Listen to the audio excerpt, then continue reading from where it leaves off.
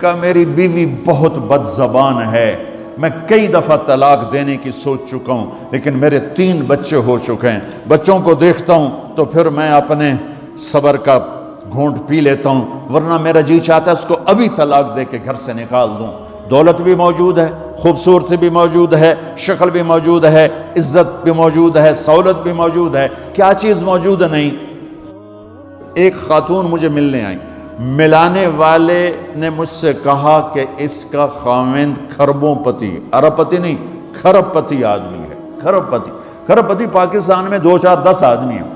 اس خاتون نے آ کر میرے سامنے بولنے سے پہلے ہی رونا شروع کر دیا، ورنہ پہلے کوئی عورت یا مرد آ کے دکھڑا سناتا ہے پھر روتا ہے، وہ روئی پہلے اور بعد میں وہ کہنے لگی مولانا صاحب مجھے لوگ بڑا خوش قسمت سمجھتے ہیں کہ میں بہت بڑے مالدار کی بیگم ہوں، لیکن میں لعنت بھیجتی ہوں اس کی دولت پر کہ اس کا رویہ ہی میرے ساتھ اچھا نہیں، تو میں ہیرے کے سیٹ کیا کروں، میں سونے چاندی کے سیٹ کیا کروں، میں یہ کروڑوں روپے کی گاڑی کو کیا کروں جب میرے خاوند کا رویہ ہی میرے ساتھ انسانوں والا نہیں ہے اور اس کے اخلاق اچھے نہیں ہیں۔ میں آگ لگا دوں اس ساری دھن دولت کو، مجھے محبت چاہیے، اخلاق چاہیے، وہ کوئی نہیں اس کے پاس۔ چند دن بعد دوسرا واقعہ سنا، ایک نوجوان بڑا خوبصورت، وہ بھی اسی طرح لیکن اتنا مالدار، کافی مالدار، وہ آ کے میرے پاس بیٹھ کے رونے لگا، مولانا صاحب اب میں کیا کروں، میری زندگی برباد ہو گئی، میرا اتنا عالی شان گھر ہے، اتنی اچھی میری کمائی ہے، آمدنی ہے، لیکن میں کیا کروں۔ یہ اسی کے الفاظ بتانے لگا ہوں، میری بیوی کی زبان 20 فٹ لمبی ہے، میں کہا رکھ دی کتنے 20 فٹ چاہتے، میں کہا وچوں 19 فٹ کٹ دے شاید کچھ کم بن جاوے، کہ میری بیوی بہت بد زبان ہے، میں کئی دفعہ طلاق دینے کی سوچ چکا ہوں لیکن میرے 3 بچے ہو چکے ہیں، بچوں کو دیکھتا ہوں تو پھر میں اپنے صبر کا گھونٹ پی لیتا ہوں، ورنہ میرا جی چاہتا ہے اس کو ابھی طلاق دے کے گھر سے نکال دوں۔ دولت بھی موجود ہے، خوبصورتی بھی موجود ہے، شکل بھی موجود ہے، عزت بھی موجود ہے، سہولت بھی موجود ہے، کیا چیز موجود نہیں؟ اخلاق موجود نہیں، حسن سلوک موجود نہیں، پیار محبت موجود نہیں۔ اب اپنے گھروں میں اگر خوشی دیکھنا چاہتے ہیں، ہر رشتے کو اگر آپ آباد کرنا چاہتے ہیں تو میرے نبی والی محبت دینا سیکھیں، میرے نبی والی محبت دینا سیکھیں، اپنے بچوں کو بھی، اپنی اولاد کو بھی، اپنے بہن بھائیوں کو، اپنے ماں باپ کو، ساس بہو کو، بہو ساس کو، سسر بہو کو، بہو سسر کو، بھائی بھائی کو، بہن بہن کو، اللہ کے واسطے برداشت کرنا سیکھو۔ مجھے میرے رب کی قسم ساری دنیا کا چین و سکون برداشت میں ہے، صبر میں ہے، صبر میں ہے، صبر میں ہے۔ زبان۔ ایک نوجوان میرے پاس آیا، کہا جی میری بیوی سے لڑائی ہوتی، مجھے کوئی تعویذ دو۔ میں نے کہا بیویوں پہ تعویذ اثر ہی نہیں کر سکتا۔ کہنے کا کیا کروں؟ میں نے کہا ایک عمل بتاتا ہوں، سنت عمل، کہ 1-2 لقمے اپنے ہاتھ سے بیوی کو کھلا دیا کرو۔ وہ کہنے لگا اس سے کیا ہوگا؟ میں نے کہا تو تم دیکھو گے، پھر میں پوچھوں گا تم سے کیا ہوگا۔ میں نے کہا یہ سنت عمل ہے، اس سے محبت بڑھے گی۔ کوئی 8-10 دن گزرے تو اس کا فون ویسے آ گیا حال احوال پوچھنے میرا، تو مجھے اپنی بات یاد آ گئی۔ میں نے کہا میری بات پہ عمل کیا تھا؟ کہنے لگا نہیں۔ میں نے کہا کیوں؟ کہنے لگا شرم آتی۔ میں نے کہا لڑتے ہوئے شرم نہیں آتی؟ کبھی کوئی کمزور سے بھی لڑتا، عورت تو بیچاری کمزور ہے، چلو یہاں کی عورتیں طاقتور ہیں، سنا ہے کہ بڑی شیرنیاں ہیں اور ان کے خامد سارے بکری یہ شیر ہیں، الٹا ہی کام ہے، یہاں عورتیں شیر ہے، خامد بکریاں ہیں۔ تو چلو بھائی تم مہربانی کر کے اپنے خامدوں کو عزت دو، اور ان سے کہتا ہوں اپنی بیویوں کو عزت دو، محبت سے رہو۔ تو میں نے کہا بے وقوف، کبھی کمزور کے ساتھ بھی کوئی لڑتا ہے، اس میں تمہیں شرم نہیں آتی اور اس میں شرم آتی ہے؟ سنت۔ میں نے کہا چل کر اور مجھے بتا۔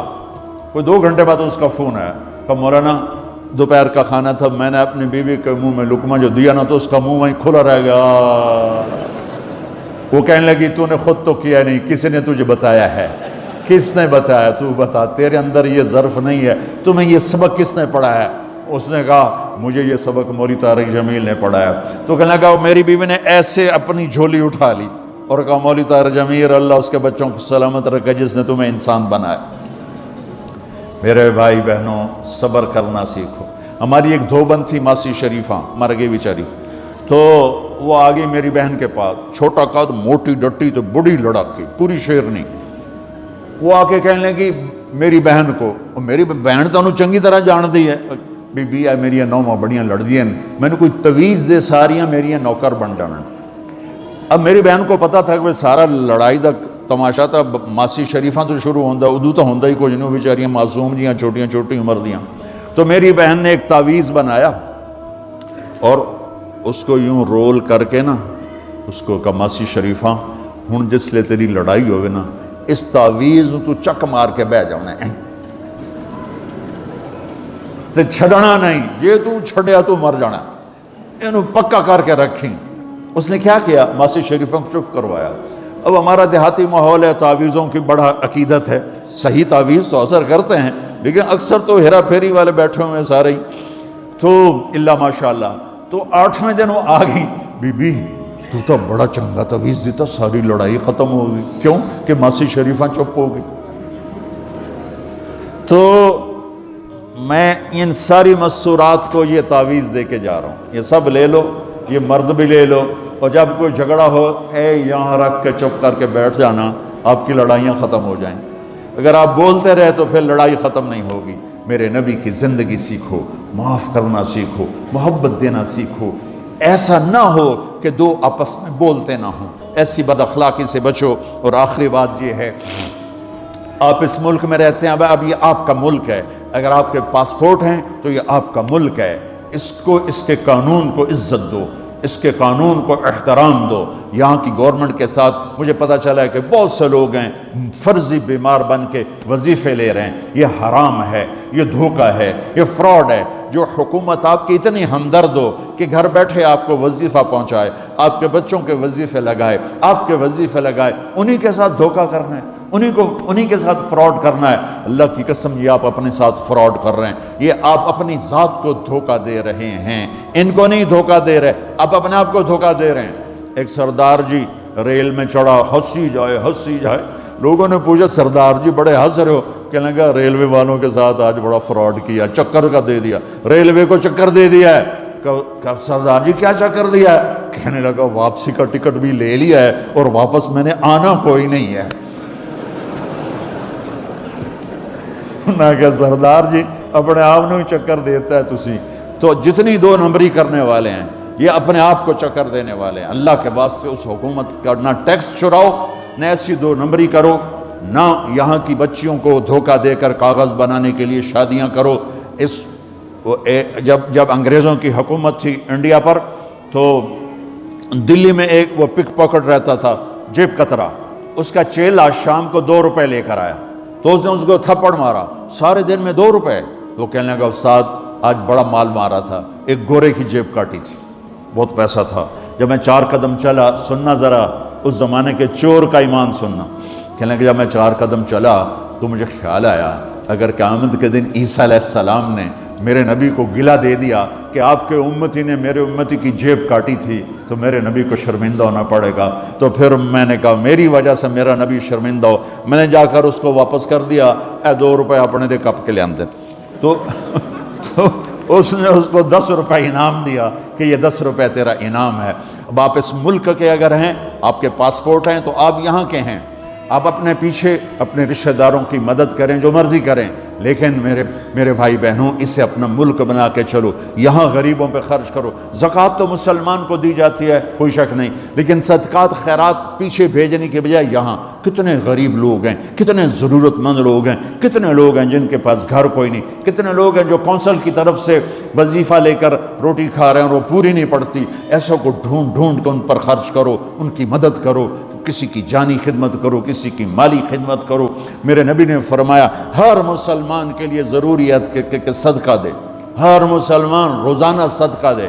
تو صحابہ نے کہا یا رسول اللہ پیسے نہ ہوں تو آپ کہتے چلو کوئی بات نہیں۔ کہا نہیں سنو، آپ نے کہا بازار میں جا کے مزدوری کرے اور مزدوری کی قیمت وصول کر کے صدقہ کرے، صدقہ اتنا ضروری ہے، بلاؤں کو ٹال دیتا ہے، مصیبتوں کو ٹال دیتا ہے۔ تو یہاں رہنے والے یہاں کے قانون کا احترام کریں، یہاں کے قانون کو عزت دیں، اللہ کے واسطے 2 نمبری نہ کریں۔ دیانتداری سے چلیں۔ میرے نبی نے فرمایا میرا امتی ہر گناہ کر سکتا ہے، 2 کبھی نہیں کرے گا، ایک جھوٹ کبھی نہیں بولے گا، ایک دھوکہ کبھی نہیں دے گا۔ تو اللہ کے واسطے دھوکے فراڈ سے چلیں۔ کہیں آپ لڑے ہوئے ہیں صلح کر لیں، پیار محبت دیں، معاف کریں، اپنے بچوں کو ٹائم دیں، ان کو اچھی تعلیم دیں، یہ اعلیٰ عہدوں پر پہنچیں، اعلیٰ جاب پر پہنچیں۔ ضروری نہیں کہ تمہاری طرح مزدوریاں ہی کریں، ان کی تعلیم کا یہاں سکول بناؤ، یہاں کالج بناؤ، اپنے سکول بناؤ، اپنے کالج بناؤ، اپنی اولاد کو اچھی سے اچھی تعلیم دو کہ یہ آگے چل کے بڑے شعبوں پر اور بڑی جاب پر پہنچیں اور تمہارے لیے عزت بنے، باعث عزت بنے، باعث افتخار بنے۔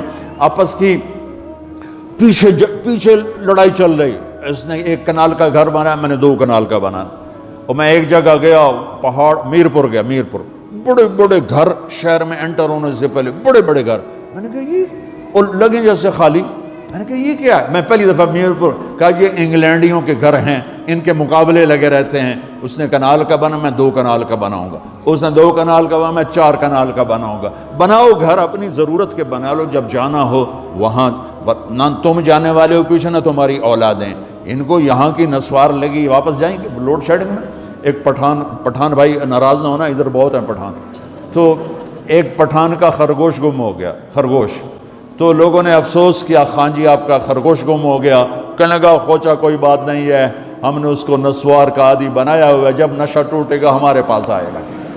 یہ تمہاری نسل اور تم انگلینڈ کی نسوار کھا کھا اب تم پاکستان جاؤ گے، ہندوستان جاؤ گے، بنگلہ دیش جاؤ گے، تم نے یہی رہنا ہے۔ اسے اپنا ملک بنا کے چلو، سنسیئر ہو کے چلو، اس کے قانون کا احترام کر کے چلو۔ یہاں غریبوں میں صدقہ تو غیر مسلموں کو دو، ان کے دل قریب ہوں، ڈھونڈ ڈھونڈ کے دو، وہ تم سے پیار کریں، وہ تم سے محبت کریں، ان کے ہائے ہائے۔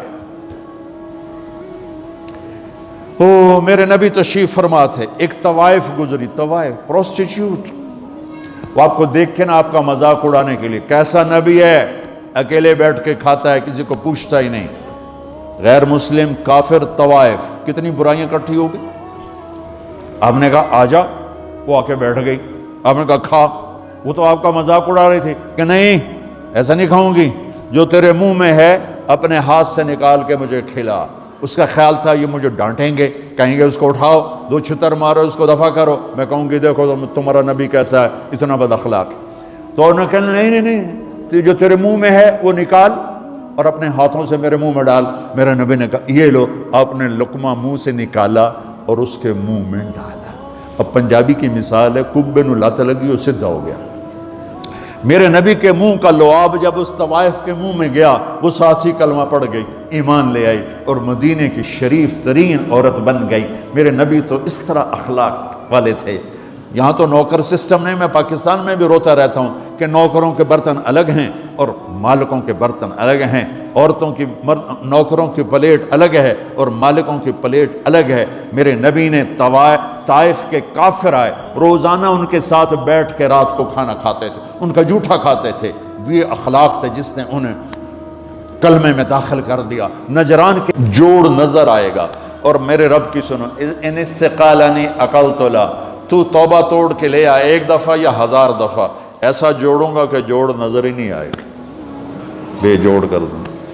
اور یہ تیرے کرام کاتبین کو بھی نہیں پتہ چلے گا کہ یہ توبہ ٹوٹی ہوئی ہے اور ٹوٹ کے جڑی ہے یا ٹوٹی نہیں۔ اللہ ایسی توبہ ہماری قبول کرے گا۔ جب ہو توبہ کرو، جب ہو توبہ کرو۔ تو نیت کرتے ہو توبہ کی؟